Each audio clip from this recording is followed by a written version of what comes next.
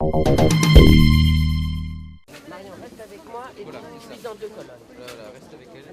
Organise derrière. Dans la famille Le Pen, on connaissait déjà le père et la fille. La relève est en marche, voici la petite fille, Marion Maréchal Le Pen, déjà numéro 2 sur la liste FN des Yvelines et en compagnie ici à Paris de Marie-Christine Arnatu qui mène le combat pour le front dans la région Île-de-France. C'est pas parce que je suis la petite fille que mes convictions sont moins fortes. Et c'est pas pour autant que j'aurai moins le droit de faire de la politique. Enfin, je pense, en tout cas, je suis pas là pour faire plaisir à mon grand-père ou à ma tante. Je suis là parce que j'en ai envie et que j'y crois vraiment. Voilà de quoi rassurer sa tante Marine qui, elle aussi, arpente les marchés du Pas-de-Calais à 200 km de là. Ça, c'est très bon pour la santé en plus. La stratégie du Front National est simple, être omniprésent sur le terrain, montrer que le FN se veut proche des préoccupations des gens, avec une cible principale, Nicolas Sarkozy.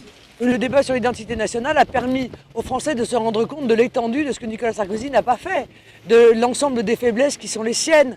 En réalité, ce gouvernement est faible, on l'a vu, il est incapable de défendre la laïcité, il est incapable de lutter contre le communautarisme. Je commence à avoir froid aux doigts. Malmené lors des précédentes élections, le Front National espère se refaire une santé sur les régionales, en capitalisant sur le mécontentement des ouvriers et des plus défavorisés, sans oublier son électorat plus traditionnel du sud de la France. Là, c'est le terrain de prédilection du grand-père, dans un registre plus classique.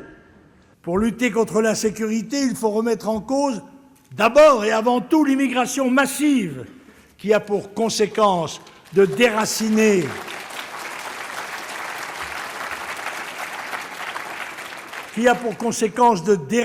de leur culture traditionnelle des millions d'individus. Officiellement, le Front National vise un résultat à 2 chiffres, autour de 15%, mais il va lui falloir marquer des points d'ici la mi-mars, car les sondages le créditent pour le moment de 9 à 10% des suffrages.